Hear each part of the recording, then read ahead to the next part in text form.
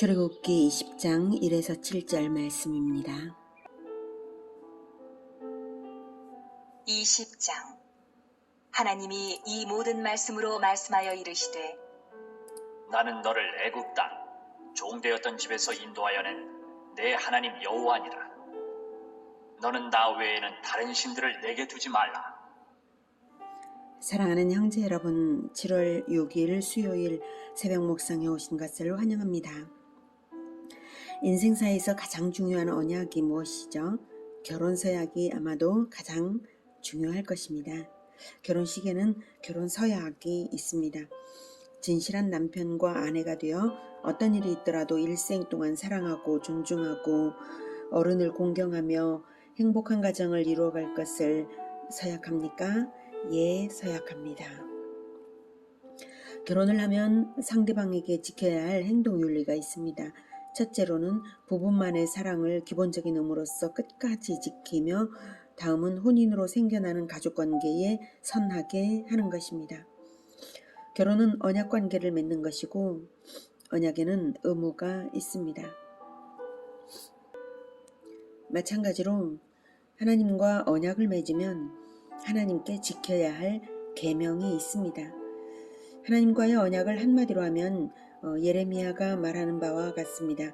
예레미야 11장 4절에 이 언약은 내가 너희 조상들을 쇠풀무 애굽 땅에서 이끌어내던 날에 그들에게 명령한 것이라. 곧 내가 이르기를 너희는 내 목소리를 순종하고 나의 모든 명령을 따라 행하라. 그리하면 너희는 내 백성이 되겠고 나는 너희의 하나님이 되리라. 너희는 내 백성이 되겠고 나는 너희 하나님이 되리라. 이것이 언약입니다. 하나님의 소유 제사장 나라 거룩한 백성이 되는 것입니다.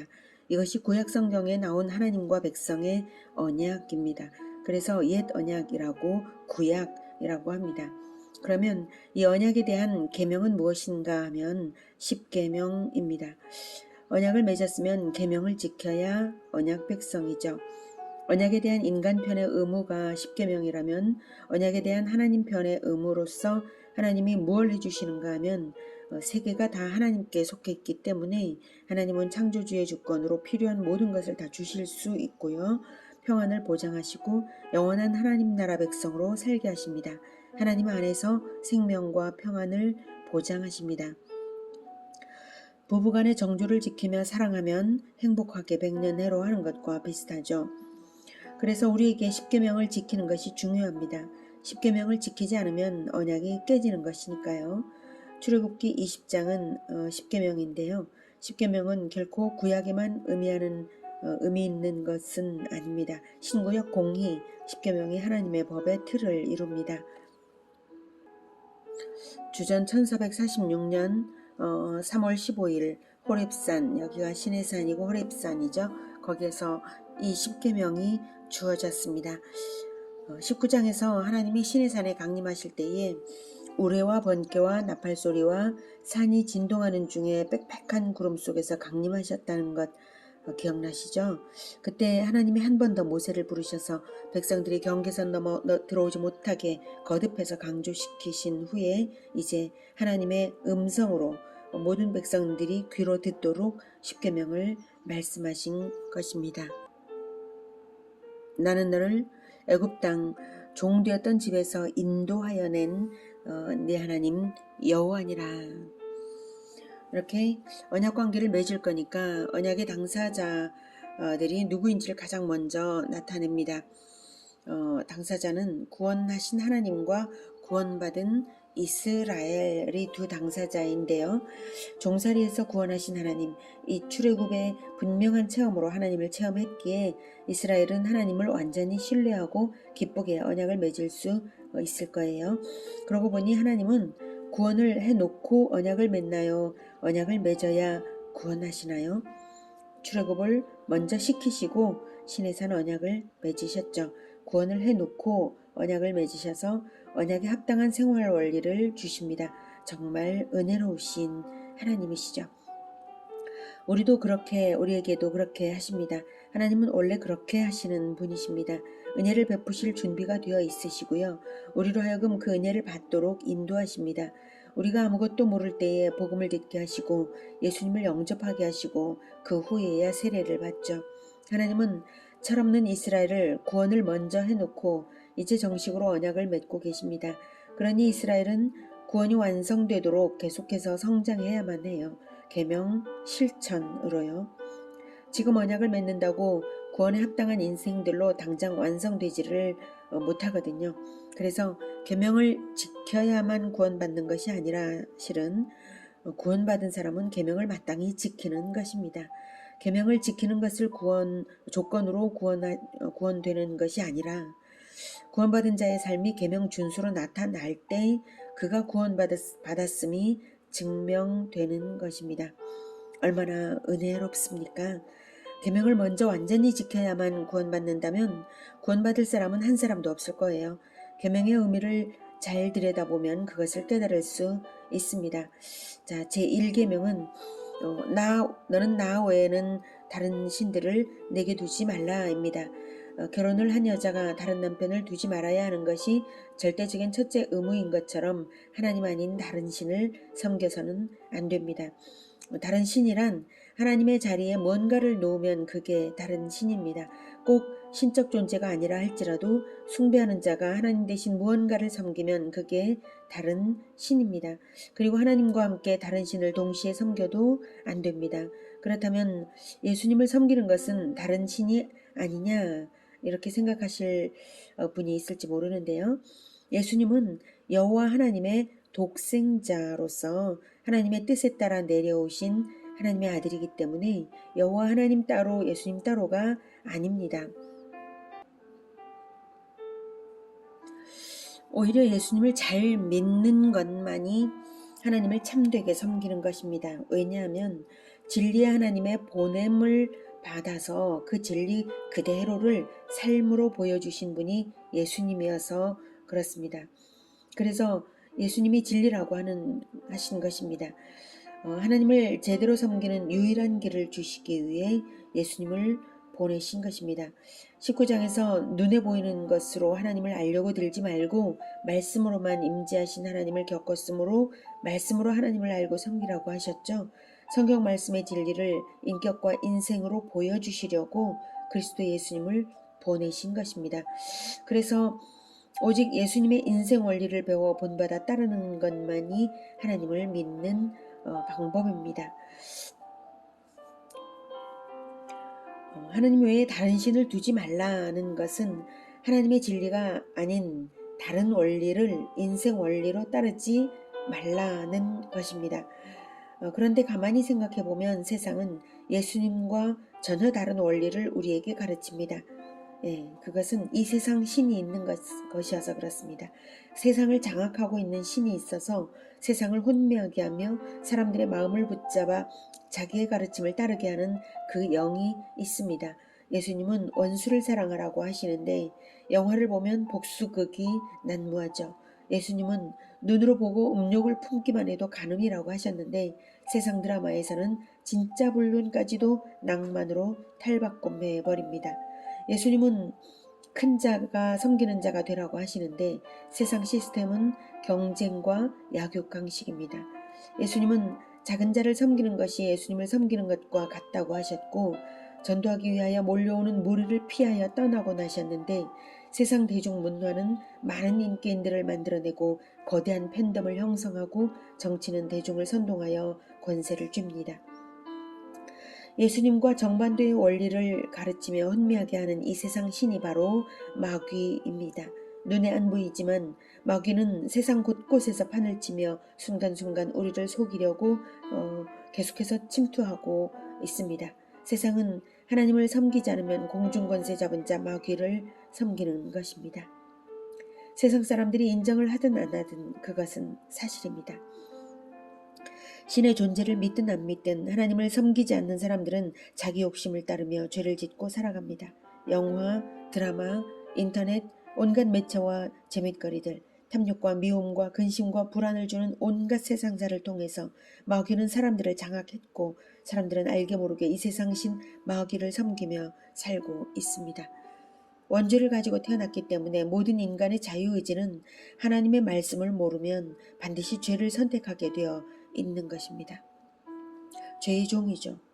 그것이 마귀를 섬기는 것이 아니고 무엇이겠습니까? 심지어 믿는 우리들도 6일 동안 종종 사탄에게 속다가 주일날에야 제정신이 돌아와 회개하곤 하지 않습니까? 하나님만 섬기고 있는 줄로 착각하고 있지만 알게 모르게 죄를 선택한 적이 있지 않습니까? 하나님의 말씀이 마음판에 없으면 인간 자유의지는 반드시 죄를 선택하게 되어 있습니다. 계명을 먼저 완전히 지켜야만 구원받는다면 구원받을 사람은 한 사람도 없습니다. 그래서 구원은 하나님의 은혜로 시작됩니다. 하나님의 은혜가 없으면 구원의 여정 출발 자체가 불가능합니다. 구원이 시작된 후에도 이 세상 살아가는 동안 계명을 준수하려고 애를 쓰며 사는 것이지 나의 계명 준수가 구원에 합당하게 온전하다고 장담할 수 없습니다. 설령 온전할지라도 나의 계명 준수가 공로가 되어서 나를 구원하는 것이 아닙니다. 오직 유일한 참 신이신 여호와께서 사죄의 은혜를 베풀어 주심으로 진정 완전한 구원에 이를 수 있는 것입니다. 제1계명 나 외에는 다른 신들을 내게 두지 말라.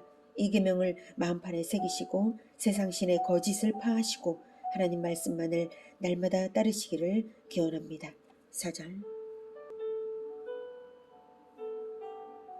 너를 위하여 새긴 우상을 만들지 말고 또 위로 하늘에 있는 것이나 아래로 땅에 있는 것이나 땅 아래 물속에 있는 것에 어떤 형상도 만들지 말며 그것들에게 절하지 말며 그것들을 섬기지 말라. 나 내 하나님 여호와는 질투하는 하나님인지 나를 미워하는 자의 죄를 갚되 아버지로부터 아들에게로 3, 4대까지 이르게 하거니와 나를 사랑하고 내 계명을 지키는 자에게는 1000대까지 은혜를 베푸느니라. 제2계명은 우상숭배를 하지 말라는 것인데요. 우상숭배란 무엇일까요?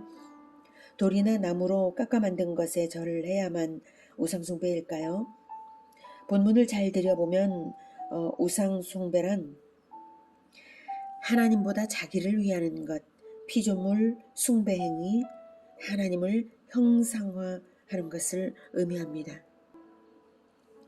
먼저 하나님보다 자기를 위하는 것, 이것은 우상숭배는 본질적으로 자기 자신을 위하는 이기적인 동기로 하는 것인데 영원한 목적이 아니라 이 땅에서 마귀가 주는 근심을 해결하고 탐심을 채우려고 하는 종교 행위입니다. 그렇다면 가만히 생각해 보십시오. 기독교 안에는 우상숭배적인 종교 행위가 없을까요? 있을 수 있습니다. 내 종교 행위가 천국과 무관하고 이 땅에서 잘 되는 것에만 목적이 있다면 그것은 우상숭배적입니다. 이 땅에서 잘 되기를 바라는 것 자체가 잘못은 아니지만 그것이 하나님의 뜻보다 앞서서 첫째 목적이라면 분명히 우상숭배적인 것입니다. 우리가 하나님을 섬기는 이유 첫째가 우리가 구원받았기 때문에 감사하여서 무조건 섬겨 마땅한 것이어서 섬기는 것이죠. 하나님이 우리에게 복을 주시겠지만 설령 복을 안 주셔도 하나님을 섬겨 마땅한 것이죠. 그래서 하나님을 섬기는 첫째 목적은 날 구원하신 하나님을 영광스럽게 하는 것입니다. 이것을 위해서만 사시기 바랍니다. 그러면 복은 하나님이 알아서 주십니다. 두 번째로 피조물 숭배행위. 창조주 하나님만 섬겨야 하는데 피조물을 섬긴다면 비록 새기거나 깎아 만들거나 부어 만들지 않을지라도 그것은 우상숭배입니다. 소를 섬기거나 나무를 섬기거나 다 우상숭배이고 천사를 섬기거나 조상신을 섬기는 것이나 자기 자신을 섬기는 것도 우상숭배입니다. 그 모양새가 경건해 보여도 도덕성이 가미되어 있어도 우상숭배인 것은 분명합니다. 한국의 제사 전통은 일반 사회적으로는 미풍양속이겠지만 조상신을 잘 모시면 조상이 자손에게 잘 되게 한다는 기복적인 종교성이 있고요. 신위라고 자리를 만들어 절을 합니다. 우상숭배인 것은 분명합니다. 가만히 인간 존재를 들여다보면 사람들은 무엇인가를 숭배하고 싶어 합니다. 인간은 원래 영적인 존재이기 때문에 종교성이 있어서 그렇습니다. 아무것도 숭배하지 않는다면 자아도취에 빠져서 자기 자신을 숭배할 것입니다. 짐승들은 영적인 존재가 아니기 때문에 종교성이 없죠. 아무리 똑똑한 원숭이라도 종교 행위는 안 하는데 아무리 미개한 족속이라도 인간은 종교 행위를 하게 되어 있습니다. 하나님의 영을 불어넣으셔서 그렇습니다. 그렇게 태어났어요, 인간은. 그래서 인간은 창조주 하나님을 섬기지 않으면 무언가 피조물을 숭배하게 되어 있다는 사실입니다. 셋째로 하나님을 형상화하는 행위가 우상 숭배입니다. 왜냐하면 하나님은 그 어떤 피조물이나 피조 행위 안에 제한될 수 없으신 무한하신 창조주이시기 때문입니다. 인간이 형상화로서 하나님을 조작해내는 것은 우상을 조작하는 것이나 다를 바 없습니다. 우상을 제작하는 것이나 다를 바 없어요.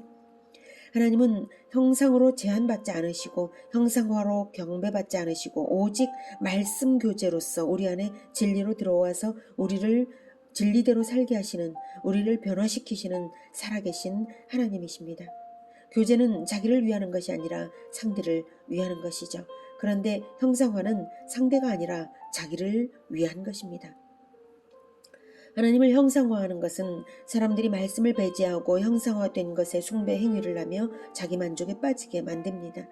형상화는 반드시 말씀을 배제하게 만듭니다.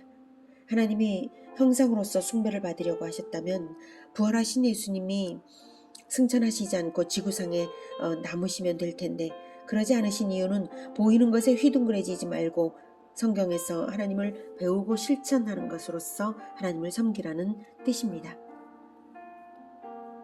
5절에서 나를 미워하는 자의 죄를 갚되 아버지로부터 아들에게로 3, 4대까지 이렇게 하겠다고 하셨고 6절에서 나를 사랑하고 내 계명을 지키는 자에게는 1000대까지 은혜를 베푼다고 하셨습니다. 우상숭배 금지 계명에는 저주와 축복이 이렇게 달려 있습니다. 지키는가 안 지키는가에 따라 운명이 판이하게 달라집니다. 우상숭배를 하면 3, 4대까지 심판을 받습니다. 하나님만 섬기면 1000대까지 은혜를 받습니다. 저주 3, 4대와 축복 1000대는 천지 차이로 대조가 되죠. 우상 숭배를 하면 반드시 징벌이 있다는 것이 확실하면서 또한 하나님은 속히 회개해서 하나님만 사랑하는 자에게 축복 주시기를 그만큼 간절히 원하신다는 의미입니다. 나를 미워하는 자의 죄를 갚되 미워하는 자. 우상 숭배는 하나님을 미워하는 것과 같고요. 계명을 지키는 것은 하나님을 사랑하는 것임을 알 수 있습니다.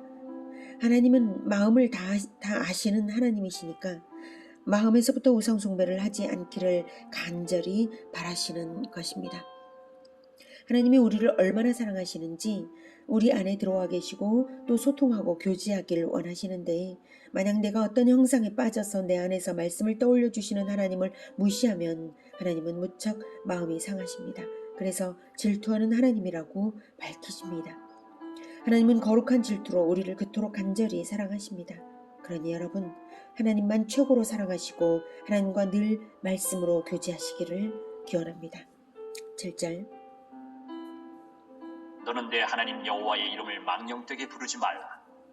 여호와는 그의 이름을 망령되게 부르는 자를 죄 없다 하지 아니하리라. 제3계명은 하나님의 영광에 관련된 것인데요. 여호와의 영광을 위하여 살라가 아니라 내 하나님 여호와의 이름을 망령되게 부르지 말라입니다. 하나님의 영광에 관해서 높은 요구와 낮은 요구가 있다면 하나님은 계명을 아주 양보적으로 지금 제시하고 계시죠. 여호와의 영광을 위하여 살라고 하셔도 될 것 같은데 높은 요구로. 그런데 그저 내 하나님 여호와의 이름을 망령되게 부르지나 말라고 낮은 수준을 요구하고 계십니다. 왜 그러셨을까요? 잘 생각해보면 죄인인 우리가 여호와의 영광을 위하여 사는 것 자체가 원래 불가능합니다. 그 이유는 첫째로 여호와는 원래 영광으로 충만하셔서 죄인의 그 어떤 도움이 필요 없으시기 때문이고요. 둘째로 영광스럽지 못한 자가 영광스러운 자를 더 영광스럽게 하는 것은 어불성설이기 때문입니다. 셋째로 우리가 하나님을 찬양한다는 것도 더 영광스럽게 하는 것이 아니라 하나님이 그러하신 분인 것을 인정해 드리는 것에 불과합니다. 우리는 하나님을 알아드리고 인정해 드리는 것이 최선입니다. 하나님의 영광을 다 알 수도 없습니다. 그래서 여호와의 이름을 더럽히지만 말아라 하시는 것이죠. 우리는 더러운 존재여서 실수하기가 쉬우니까요. 하나님의 이름을 잘못 쓰면 반드시 벌을 받는다고 하십니다. 망령되게 부르지 말라는 직역하면 헛된 일에 적용하지 말라입니다. 믿음 없이 호칭하는 것, 이기적 목적을 위해 함부로 부르는 것, 무익한 맹세로 이용하는 것 등입니다. 죄 없다 하지 아니하리라. 네, 형벌을 받지 않을 수 없다는 강조입니다. 가벼이 여겨서 범하기 쉬운 계명이므로 더욱 강조하신 것입니다. 레위기 19장 12절에는 너희는 내 이름으로 거짓 맹세함으로 내 하나님의 이름을 욕되게 하지 말라. 나는 여호와이니라 라고 하셨습니다. 그러니 하나님의 이름으로 함부로 맹세하지 마시기를 권합니다. 맹세를 지키지 못하면 거짓 맹세가 되고 마니까요. 그런데 입으로 하나님을 걸고 맹세만 하지 않는다고 해서 하나님의 이름을 우리가 보존하는 것일까요? 하나님의 이름이 우리 영혼에 각인되었다는 것을 깊이 생각하시기 바랍니다. 우리는 눈에 안 보이지만 예수님 이름이 기록된 명찰을 각각 붙인 사람들입니다. 눈에 안 보이지만 늘 우리 주변에 있는 천사들도 보고 성령도 보시고 그리고 마귀도 보고 있는 하나님의 이름이 우리 영혼에 새겨져 있습니다. 그러니 우리가 거짓된 것을 생각할 때 그것이 얼마나 수치가 되겠습니까? 우리가 생각만으로도 거짓된 것을 생각할 때 그것은 하나님의 영광을 가리는 것이고 하나님의 수치입니다. 사람들에게 내가 예수님 믿는다는 것을 숨긴다면 그것은 하나님을 창피하게 여기는 것과 같지 않습니까? 우리가 입으로 아무 말 안 나는 것이 최선이 아니라 늘 정직하게 말하고 아무도 안 보는 곳에서도 거짓을 생각하지 말아야 할 것입니다. 우리는 근원적으로 하나님께 영광을 얹어드릴 수 없는 존재입니다. 하나님의 이름을 욕되게 하지 않는 것이 최선입니다. 그런데 예수님을 통해서만큼은 하나님의 영광을 위하는 것이 가능합니다. 우리가 예수님을 전하는 것이 하나님의 영광이 있기 때문입니다. 하나님의 아들 예수님의 이름이 만방에 퍼지는 것이 하나님의 영광이 있기 때문입니다. 우리가 비록 아직 완전히 변화된 인생이 아니어도 거룩을 추구하면서 입술을 열어서 복음을 전하는 인생으로 사는 그것이 하나님의 영광을 위하는 것이 됩니다. 나는 온전치 못한 자이지만 우리의 입술을 통해서 복음이 전해질 때에 예수님의 십자가가 전해질 때에 그때 하나님께서 온전히 영광 받으시는 것입니다. 하나님의 은혜가 아니고는 하나님의 영광을 위해 살기 어렵습니다. 그래서 저는 개인적인 식기도를 할 때마다 이렇게 기도합니다. 하나님, 이 음식 주시니 감사합니다. 이 음식을 먹고 건강하게 하시고 하나님의 은혜로 하나님의 영광을 위해 살게 해 주십시오. 나 자신이 하나님의 영광을 위하지 못할 줄을 아니까 하나님의 은혜로 하나님의 영광을 위해 살 수 있도록 힘을 달라고 기도합니다. 예수님을 모르는 사람들은 세상 그 어떤 사람들도 하나님의 영광을 위하여 살지 못하지만 우리는 예수님 안에서 그것이 가능합니다.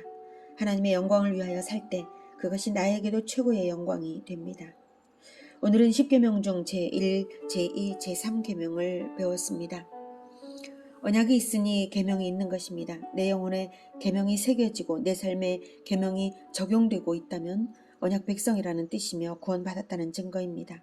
하나님의 구원은 언약을 주신 것이며 언약을 믿음으로 받은 자는 계명 실천의 삶을 살게 되어 있습니다. 오직 하나님 한 분만이 참된 신이시고 그 어떤 것도 하나님 위에 높아질 수 없습니다.